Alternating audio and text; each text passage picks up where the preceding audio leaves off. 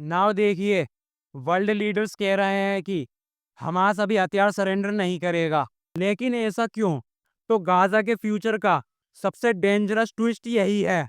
देखो, disarming Hamas should not be first task of Gaza stabilisation force, Turkey says. मतलब तुर्की ने कहा है गाजा स्टेबलाइजेशन फोर्स का पहला टास्क हमास से हथियार लेना नहीं होना चाहिए।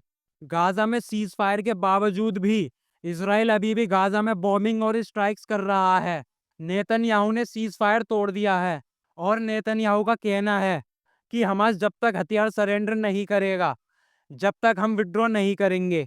और दूसरी तरफ तुर्की, कतर, इजिप्ट कह रहे हैं पहले हथियार सरेंडर नहीं किए जाएंगे, पहले इजरायलीज और पैलेस्टीनियंस को फिजिकली अलग करो। मतलब इजरायली सोल्जर्स को हमास से अलग करो, इनोसेंट लोगों पर बॉम्बिंग बंद करो, फिर हथियार सरेंडर करने के बारे में देखेंगे। देखो, यह है गाजा का मैप। और यहाँ east side Israel defence force के कंट्रोल में है और वेस्ट साइड हमास के कंट्रोल में है। मैप के बीच में जो ये इमेजिनरी बाउंड्री है उसे बोलते हैं येलो लाइन। इजिप्ट प्रपोज करता है इंटरनेशनल स्टेबलाइजेशन फोर्स आईएसएफ इस येलो लाइन पे डिप्लॉय हो, जो इजरायली ट्रूप्स और हमास को अलग करेगी, सीज फायर मॉनिटर करेगी, बट हमास से हथियार नहीं लिए जाएंगे। यानी पीस मॉनिटरिंग, पीस एनफोर्समेंट नहीं। नॉर्वे बोल रहा है इस फोर्स का मैंडेट ही क्लियर नहीं है। अब नॉर्वे से कहो कि तुझे क्या लगता है, क्या इसराइल और तेरा मैंडेट क्लियर है? वहीं दूसरी तरफ ग्राउंड रियलिटी वेरी डेंजरस है।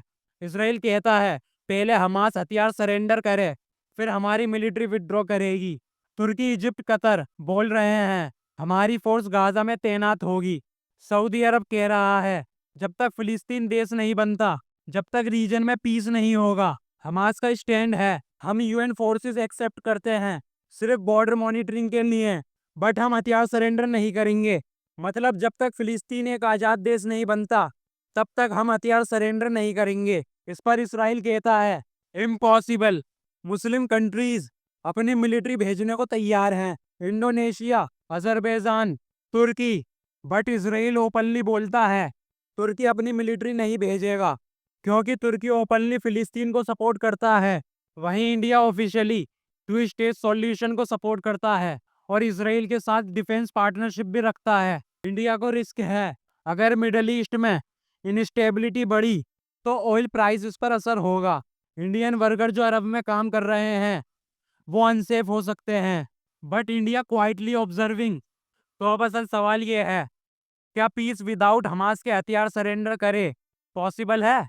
क्या हमास सिर्फ प्रोमिस पर हथियार दे देगा? मुझे लगता है अगर हमास ने हथियार दिए तो गाजा पूरा खत्म है। नेतन्याहू का यकीन नहीं किया जा सकता है। और क्या फिर गाजा में दोबारा वॉर शुरू होगी?